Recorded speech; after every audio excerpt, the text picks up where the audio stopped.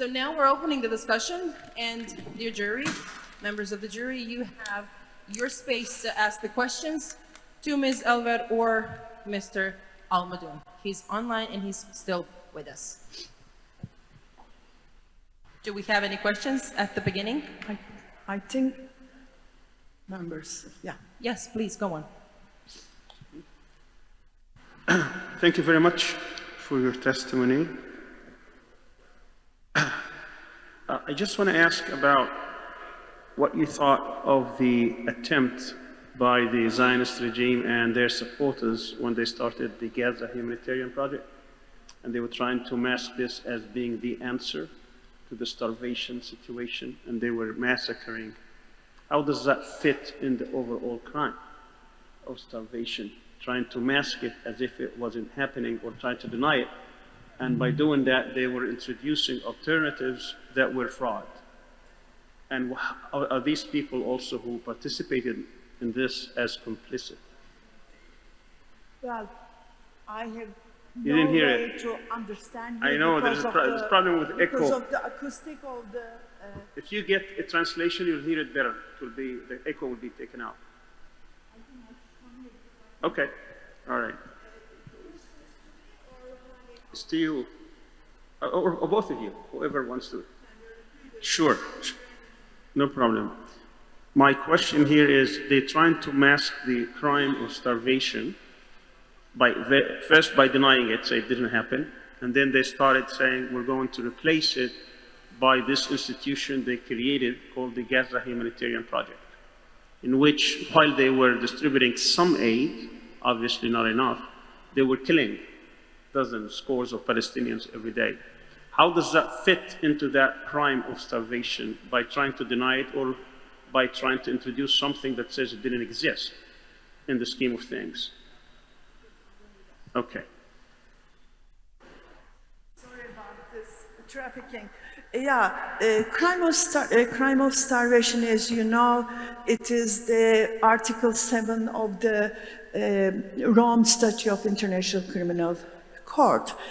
But unfortunately, there are not many cases about the crime of starvation so far. We don't see any kind of earlier decisions because there are several reasons. Sir. Number one, when crime of starvation comes, also there are other war crimes are happening at the same time.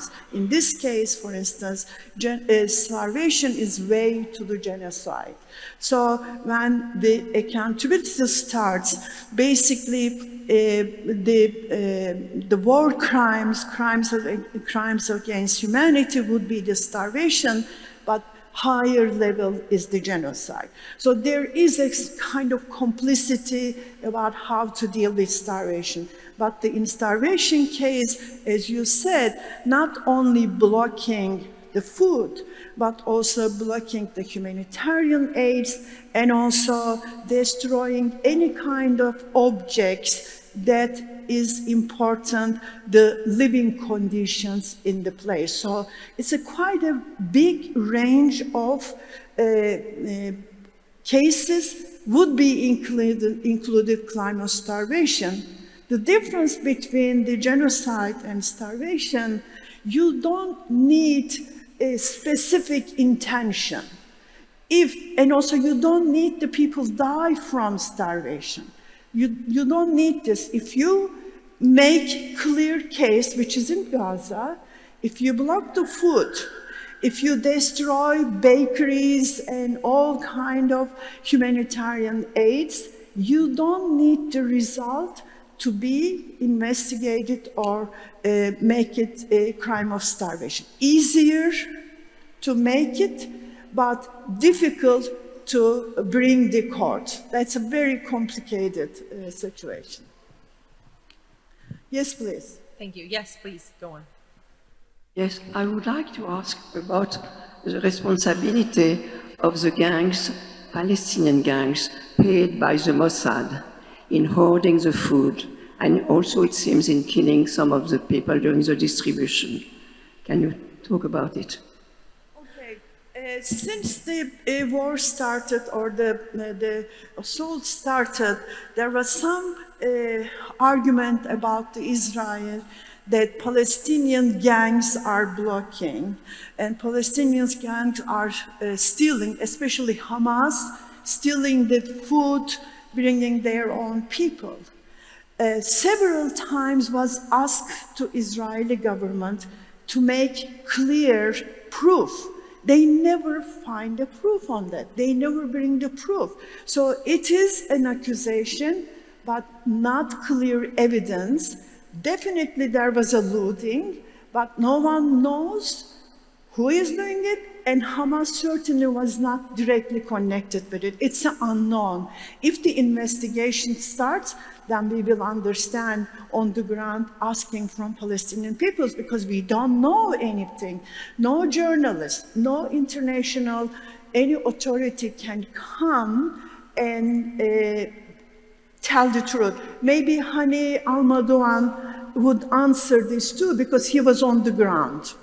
Yes, Hani Al-Madoun has Gangs an paid by the opportunity to answer Mossad too. and who are hoarding the food and even seems killing some of the Palestinians. Can you tell us about it? Yeah, so just want to go back to the GHF question. Unfortunately, this is the precursor for the GHF was the C pier, the pier that the U.S. paid millions of dollars for and served very few families, and then they dismantled. So that's one. If you remember the flower massacre, that happened at the similar initiatives before the GHF. There was some security contractors that got there, and it was chaos, and they started shooting and killing Palestinians. That's another one. There, it's pretty much these attempts are ways to undermine UNRWA and the UN, not just the UNRWA. They're trying to leverage aid. They're trying to weaponize aid. That means if they control the aid, they control the population. If you need food and you're desperate, you would give me information, and then your family can eat. So that's what the issue is. In fact, yesterday there was an announcement that there is a post-GHF initiative called the Gaza Humanitarian Belt, which is a very scary proposal where they're gonna expect the Palestinians to turn weapons, and then they will give them food. I wish I wasn't making this stuff up. This is something was in Reuters. This is a new initiative as the Gaza Humanitarian Foundation closes its doors. Some people are proposing this idea. I hope people catch up on it. Now, on the armed gangs, what is curious about the armed gangs is they just disappeared. You notice whenever Israel is not in an area, these gangs are only functioning and only operating in areas controlled by Israel. In fact, these armed gangs only target trucks that have humanitarian aid in them.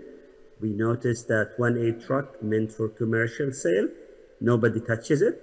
But if it's an aid truck to disrupt the aid, to add to the engineered suffering, these armed gangs are working in collaboration with Israel, or at least Israel looks the other way. One of our cousins, his name is Taha Al-Madhoun, he was killed this summer because he was a good Samaritan trying to protect aid from those gangs, and Israel killed him and his friends. And that tells you everything you need to know if people who want to protect aid are being targeted. You've seen some of these recent videos emerging from Gaza, where the reports confirm that some of these people who were targeted were in fact armed gangs that were coordinated with Israel. They were hoarding food, and when we run our kitchens, these folks are the only one who had lentils and white beans, and they were just causing harm for the Palestinians. So definitely there is, at least, if not a direct involvement, the Israelis are turning a blind eye for those armed gangs. The good news, they appear to be disappearing right now. We also saw some of these food being used to provide aid for specific areas like the Abu Shabab group, Al-Astal, and where these guys are making recruitment videos telling people come join us, and they're showing fridges that have juices and meat, where the average Palestinians have not had meat in 2 years. So we're seeing this, and this is as recent as 3 weeks ago, where these armed gangs are telling people, hey, come to our area and you will have food. And those people are trying to recruit you to be a militant fighting other Palestinians. I'll stop there.